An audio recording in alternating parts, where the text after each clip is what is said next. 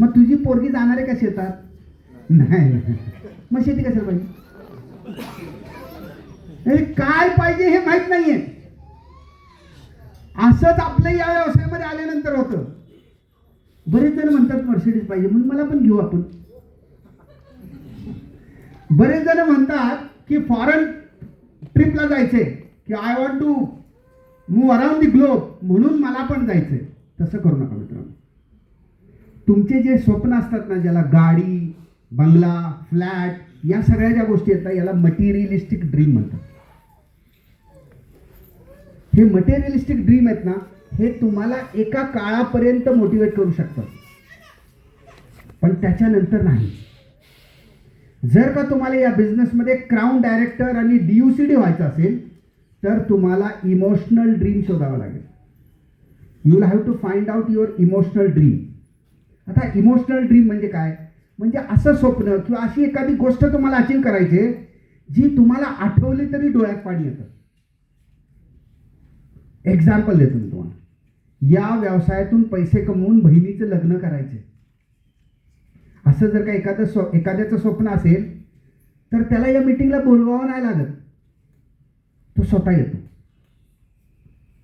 बरीचशी लोक तुम्ही ज्यांना बोलवलं ते आली नाहीत का नाही? हा.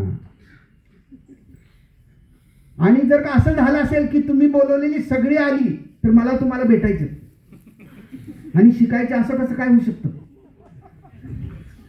है ना.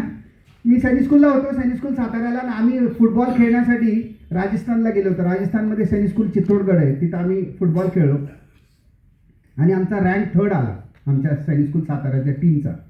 आणि आम्ही माघारी येत होतो ट्रेनमध्ये, तर जे बाकीचं पब्लिक होते त्यांनी विचारलं कहा पे गए थे. आम्ही छोटे होते तेव्हा, मला वाटतं मी 11वीत होतो. आणि त्यांनी विचारलं कहा गए थे. आम्ही म्हणलं चित्तोडगडला गेलो आम्ही फुटबॉल खेळायला, आणि आम्ही 3रे आलो. म्हणजे वा, कॉंग्रॅच्युलेशन. अख्खी बोगी उठून टाळ्या वाजवा लागली आम्हाला. आता त्यांना काय सांगायचं आपलं दुःख. 4च टीम होत्या.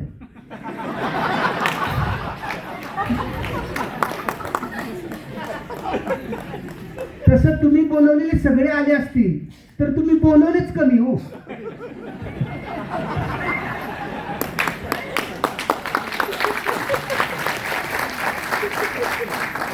तुम्ही एक लेफ्ट वाल्याला एक राईट वाल्याला बोलवला, दोघं आलेत. बरोबर आहे ना. त्यांच्या खालचे काय सर, त्यांना मी नाही, त्यांनी त्यांच्यावर ढकलून दिले. व्हेरी गुड, म्हणून तर आले नाहीत. लक्षात आलं. मला तुम्हाला अजून एक गोष्ट सांगायची. स्वप्न मिळू न मिळू, इथून जाताना 10 तिकीटे घेऊन जाऊन पुढच्या फंक्शनला 10 लोक घेऊन या. That is very important. या व्यवसायामध्ये जर का लोकांना किडनॅप करून आणता आलं तरी चालेल. क्राऊन हॉल पोत्यात घालून भरून आणायचं त्याला आणि इथं बसवायचा. इथं शेंदूर लावून त्याला देव बनवणारे चिकार भेटतील तुम्हाला. लक्षात. पण त्याला घेऊन या एकदा, त्याला हे विश्व कळू द्या. कारण बऱ्याचशा लोकांना ना फिअर ऑफ अननोन म्हणतात. जी गोष्ट माहीत नाही त्याची भीती खूप असते. राईट. नेटवर्क मार्केटिंगमध्ये काय होतं म्हणून नकोच जायला असं. त्याच्यापेक्षा आणून त्याला दाखवा. राईट. तर मी सांगत होतो इमोशनल ड्रीम पाहिजे मित्रांनो. आज एक तरी इमोशनल ड्रीम घेऊन जावा. तुमच्या आयुष्यामध्ये जेव्हा तुम्ही शाळेत जायला सुरुवात केली, मला माहिती आहे काही लोकांचं फारच पूर्वी गेलेत ते स्कूलमध्ये, त्यामुळे कदाचित मेमरीज फेड अप झालेल्या असतील की आठवतच नसेल शाळा कसली होती. एनिवे जेव्हा तुम्ही शाळेत जायला सुरुवात केली तेव्हापासून आजपर्यंत बऱ्याच लोकांनी तुम्हाला पुट डाऊन केलेलं आहे. बरीच लोक तुम्हाला म्हणालेले ते काय गरीब लोक आहेत, ते त्यांचं शिक्षण नाही झालं, ते आपल्या बरोबरीची नाही आहेत, असं कुणाला अनुभव आलाय का? खूप लोकांना आहे. काही लोक हातवर नाही करणं हरकत नाही, नो प्रॉब्लेम. पण बऱ्याच लोकांनी तुम्हाला असं म्हटलेलं आहे, सगळ्यांना म्हटलंय. त्यांची नावं लिहून काढा. आज पुढच्या 2 ते 5 वर्षामध्ये त्यांना तुमच्या गाडीत भेटायला जायचे. वेस्टीज मधून आलेली जी कार आहे ना, ती कार घेऊन त्यांना भेटायला जायचे तुम्हाला. आणि त्यांना समजून सांगायचे, हा घ्या पेढा, तुम्ही शिवा घातल्या म्हणून मी मोठा आलो.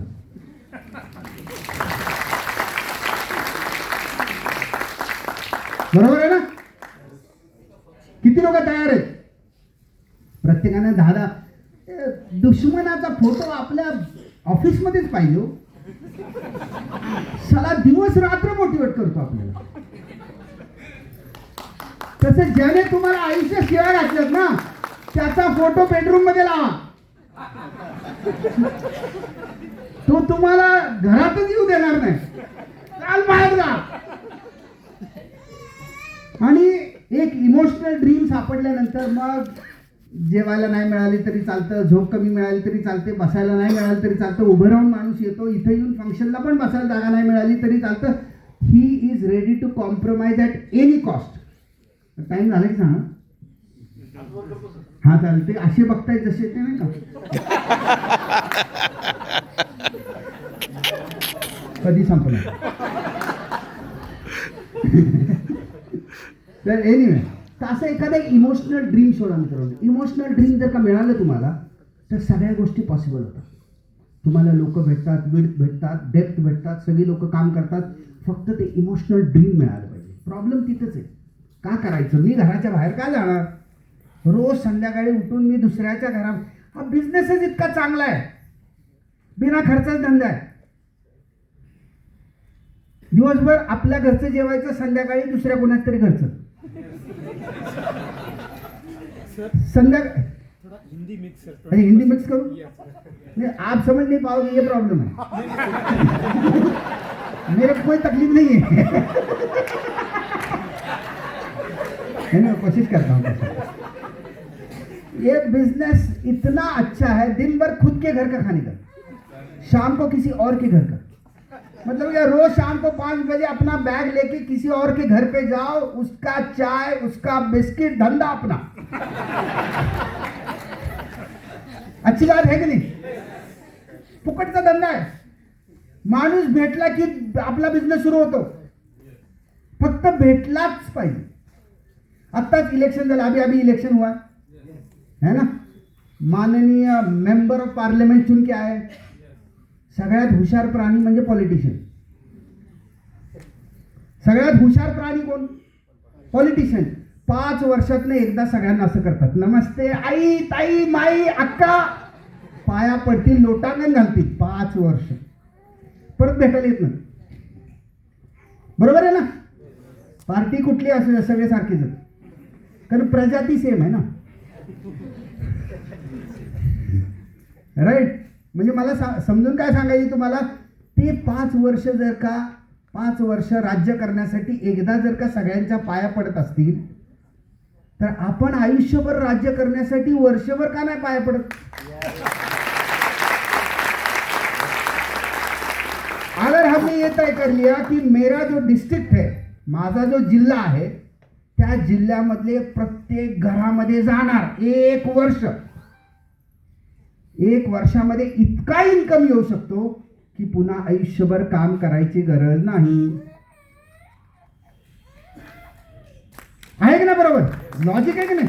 ते 5 वर्षासाठी एकदा येतात, 4 महिने काम करतात. आपण आयुष्यभरासाठी 1 वर्ष का नाही काम करू शकत?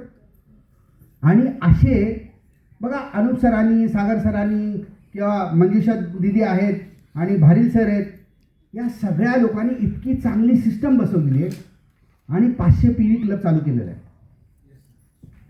आता मला सांगा, 1 लाख रुपये कमवायला किती लोक लागतात? 500 PV करणारे जाधव सर? 80, 100 ना, 80च. आपल्याला 1 लाख रुपये कमवण्यासाठी आपल्याला किती लोकांना मदत करायची? 80 लोकांना. मित्रांनो, तुमचा आयुष्यामधला जो इन्कम असतो, it is directly proportional to the amount of people that you help in life. आयुष्यामध्ये तुम्ही जितक्या लोकांना मदत करता तितका तुमचं उत्पन्न वाढतं. सिंपल आहे. तुम्ही 80 लोकांना मदत केली 500 PV करायला, तुमचं उत्पन्न 1 लाख रुपये येईल महिन्याला. मंथली 1 लाख रुपये. आता जस्ट विचार करायचा. आणि तुम्हाला जर का असं वाटलं, खूप फ्रस्ट्रेशन आलं, या मला धंदाच चालत नाही, असं कधी वाटलं तर लिफ्ट पकडायची आणि टेरेसला जायचं. उडी मारायला नाही, पुढच्या लगेच विचार करू नका. टेरेसवरती जायचं, समजा तुम्ही पुण्यात राहत असाल तर 10-12 मजली टेरेस तर असतोच, म्हणजे 10-12 मजल्याचे बिल्डिंग असतात. वरती जायचं रात्री 10-10:30 वाजता आणि फक्त बघायचं किती लाईट्स लागलेल्या आहेत. पुण्यामध्ये तुम्हाला कमीत कमी 10-20 लाख लाईट्स लागलेल्या आहेत. त्यातल्या 80 लाईट्स पाहिजे, ओनली 80. फक्त 80 लाईट्स पाहिजे. त्या 80 लाईट्स आल्या तर स्वतःची गाडी येईल, स्वतःचं घर येईल आणि 1 लाख रुपये मंथली इन्कम येईल. चांगली गोष्ट आहे है ना? आणि पार्ट टाइम मध्ये that is the best part. So you just need 80 people for 1 lakh. 10 लाखासाठी 800 लोक. गणित नाही, गणितात जी बोंब झाली ती अजूनपर्यंत बोंब आहे. जो 10वीला गणित राहिला त्याच्यामुळे आयुष्यच राहिलं, बरोबर आहे का नाही? त्याच्यामुळे गणित करायला शिकली पाहिजेत. मला तर असं वाटतं network marketing is all about maths, arithmetic. प्रत्येक लेगमधनं किती पीव्ही येणार आहे, विटमधनं किती येणार, डेप्थमधनं किती येणार, नुसते पीव्ही पीव्ही पीव्ही. आयुष्य 1 वर्ष 2 वर्ष पीव्ही पीव्ही पीव्ही जर का केलं ना तर इतके पैसे येतील की टीव्ही टीव्ही टीव्ही टीव्ही केला तरी चालेल.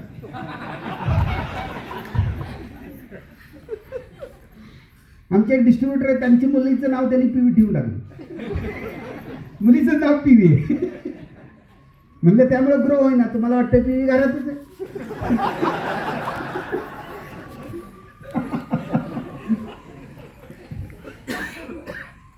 अच्छा, किती लोकांना गाडी घ्यायची खरं सांग? कार घ्यायची. कसली गाडी घ्यायची? त्यात नावं सांग. फॉर्च्युनर घ्यायचे, व्हेरी गुड. आणि मर्सिडीज घ्यायचे, स्विफ्ट घ्यायचे, एन्डिवर घ्यायचे, व्हेरी, फोर्ड एन्डिवर. हां हां, MG, आता MG हेक्टर घ्यायचे, MG मध्ये. हां, थार घ्यायचे, व्हेरी गुड. लँड रोवर घ्यायचे आणि जीप कंपास घ्यायचे, व्हेरी गुड. मग कुणी अडवले? कुणी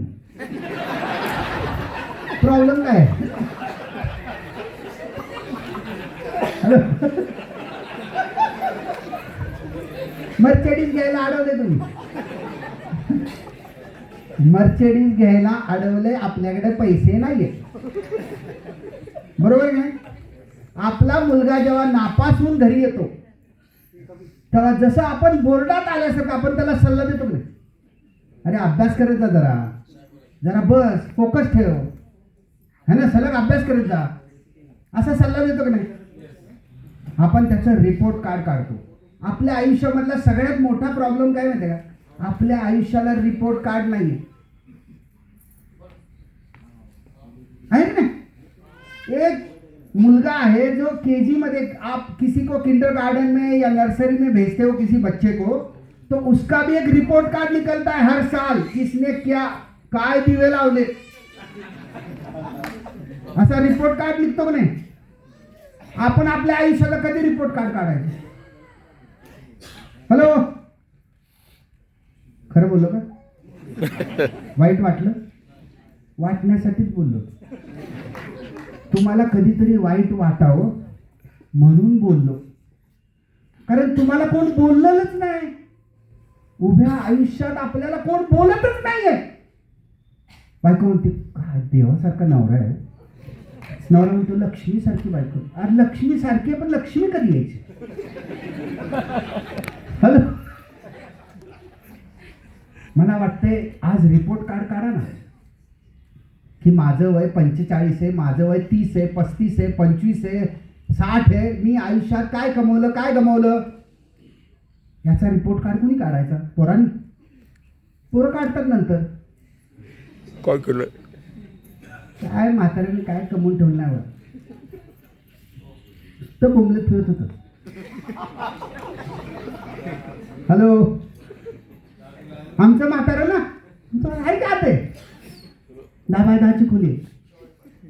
ही सच्चाई मित्रांनो, दिस इज फॅक्ट. तुम्हाला कोण सांगणार नाही आयुष्यामध्ये, तुम्हाला दुसरं कोण सांगणार नाही. या स्टेजवरून नेटवर्क मार्केटिंग मधून तुम्हाला सांगितलं जाईल की तुम्हाला जर का तुमच्या आयुष्यामध्ये पास व्हायचं असेल तर अभ्यास करा, काम करा, श्रीमंत व्हा.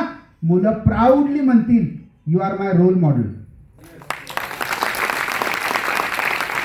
आणि जर का तसं नाही झालं तर मग मुलं म्हणतात Shahrukh Khan is my role model. तो करतोय आपलं जुबा असेल, तो खातो गुटखा, माझ्या पोराचा रोल मॉडेल कोण? शाहरुख खान. सच अ पथेटिक सिच्युएशन. मित्रांनो, मला असं वाटतं की आज तुम्ही इथून डिसिजन घेऊन जावं की मी माझ्या आयुष्याचा कंट्रोल स्वतःकडे ठेवणार आहे. माझी स्वप्न पूर्ण करायची जबाबदारी माझी आहे, दुसऱ्या कोणाची नाही. I am responsible for my life. बरोबर आहे ना? बायडन नाही, मोदीजी नाही, शिंदे साहेब नाहीत. I am responsible for my life. माझं आयुष्य माझ्या हातात आहे आणि त्याच्यासाठी जी वाटेल ती किंमत मी मोजायला तयार आहे. पण मी येत्या 6 महिन्यामध्ये क्राऊन डायरेक्टर होणारच, ही शपथ घेऊन जावं. All the best.